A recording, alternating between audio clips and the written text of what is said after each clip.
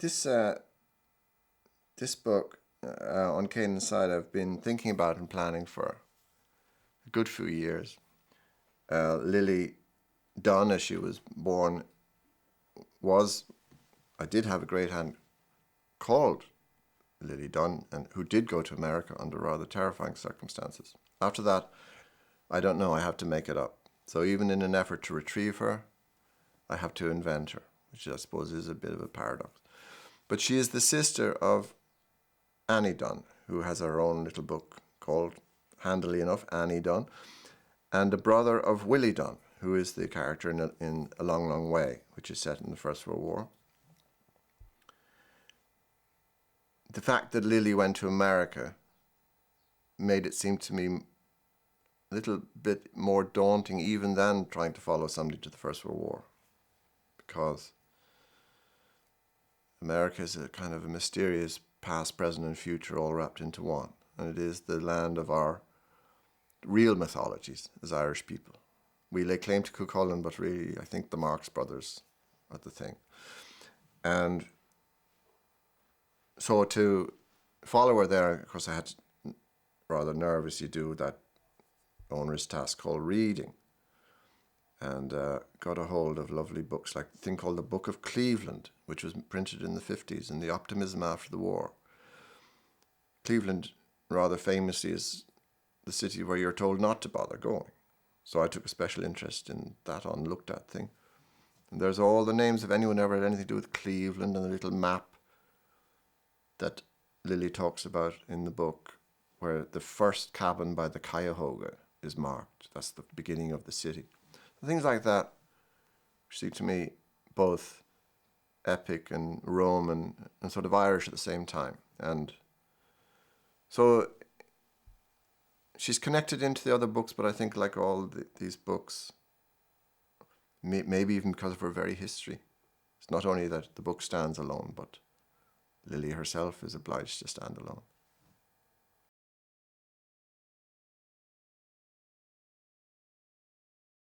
There was a Lily Dunn, my great aunt. I think I have a photograph of her inside in my workroom. And she did go to America. And for years and years, I just thought she went to America. She was fed up. Her father was the chief superintendent in the DMP before independence, and that was such a vexed question for her. And I think what she was a good-looking young woman, and she wanted to have a life. That's how I figured her.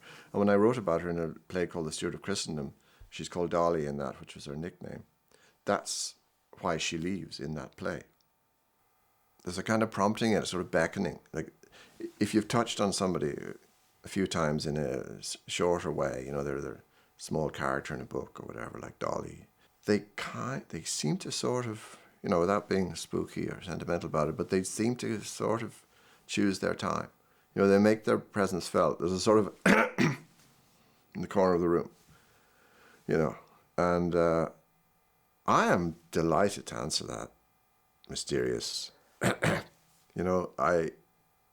because it's been the joy of one of the joys of the last few years, going into this workroom to try and fish them out of, my poor addled brain. And, it's a sort of an excitement. So, I've been working as a writer for 34 years and doing these for probably 26, 27, but I don't know. I would be very disturbed maybe if I no longer heard that prompting. So I'd feel just that little bit bereft, I think.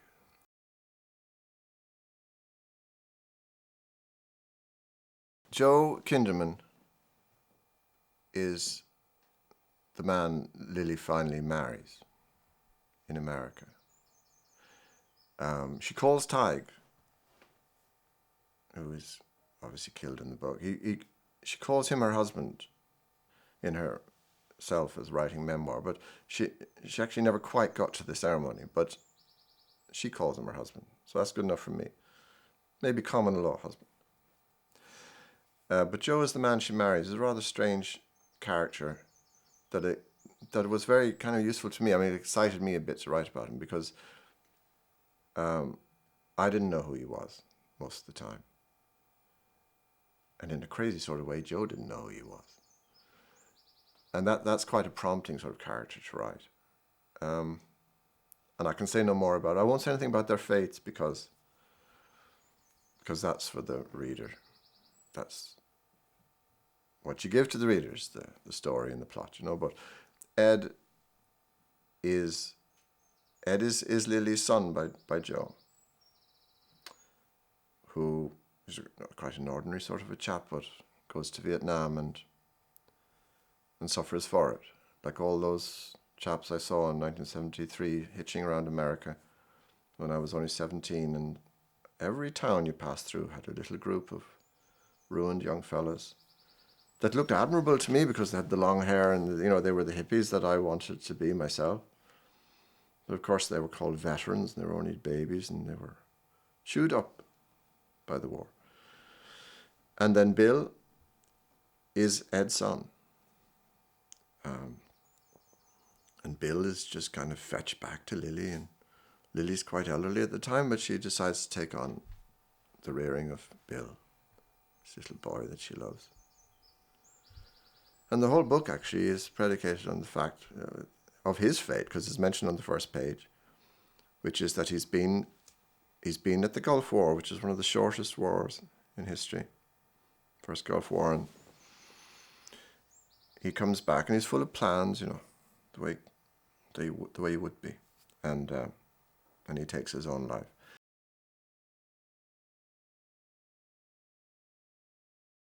It comes from the Bible, the story of Jacob fleeing from Egypt, or trying to get back from Egypt into Canaan, across the Jordan. And in the Bible, he wrestles all night with this strange creature. And in the morning, it turns out to be God, and God says, well, I'm going to let you cross over to Canaan. I'm going to change your name, and you're going to become the father of this nation, all this. So there's a few songs about it, but there's one called On Canaan's Side. Now, I absolutely adore American music and bluegrass music. Now, this is not the prettiest folk hymn you've ever heard. In fact, it's so lacking in prettiness that I can never remember it. But it is a song and about going from Egypt. And of course, unfortunately, under her feet, Ireland has become for Lilly her Egypt.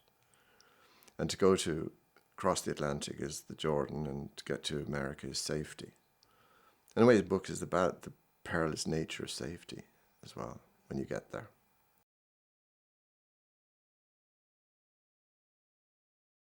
Just having the 17 days only was kind of useful in that I knew I only had so much time in which to tell the story, which, you know, you don't usually know a thing like that. You might say, well, this could be a 400-page book, or this could be a 200-page book. But this was a book of 17 sections and of a size that, you know, such a lady could even conceivably write in a day if she was very intent on something. And also, of course, that intentness was very cheering to me. Just as I you know, they're small things in a way, but I'm sure when you're climbing Everest, you're very happy when you suddenly realize your guide is a philosopher and a kind person. You know, it's those sort of things that help you along the way. You still have to climb the blasted mountain, but, you know, you're in good hands.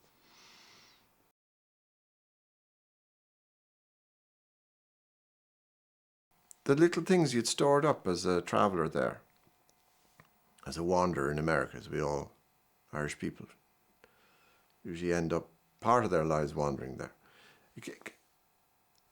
Sort of useful. Like, I'd obviously, without thinking about it, put a sort of bag of things away. American things that I loved, you know. And they'd put them in a drawer somewhere. I hadn't taken them out for years. And I was kind of taking them out and you know, the way you stroke the top of a piece of glass and you take the dirt off it. You look at it and you think, oh, yeah. And indeed, you know, I mean, like most people in Ireland too, seas and rivers of my DNA are there.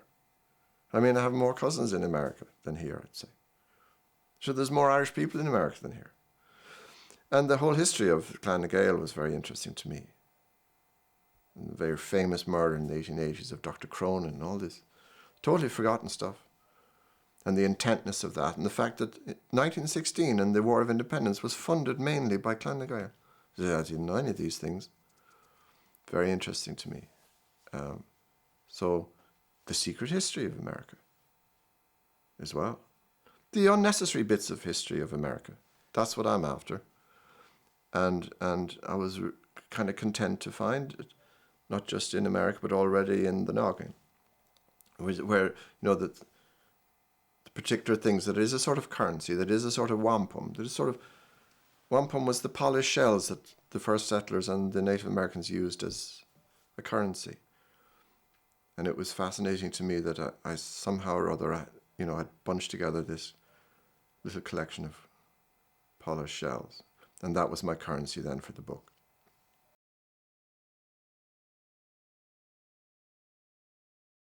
You can ask why, a middle-aged Irish man would now have written 3 books about with 3 women quite late in their lives, and it seems to be opposite gender and all that. But it's not. That's not the end of the telescope I'm looking through.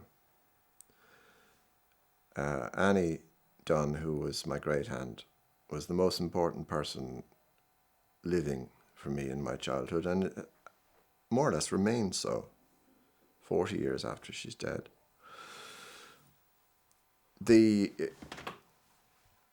As the Chinese know well, and as we used to know, the old people, so-called, are the people who have the maps for your life, because they've lived a life. They have the things you need to know, if you'll only ask them. Often and often, no one gets asked anything.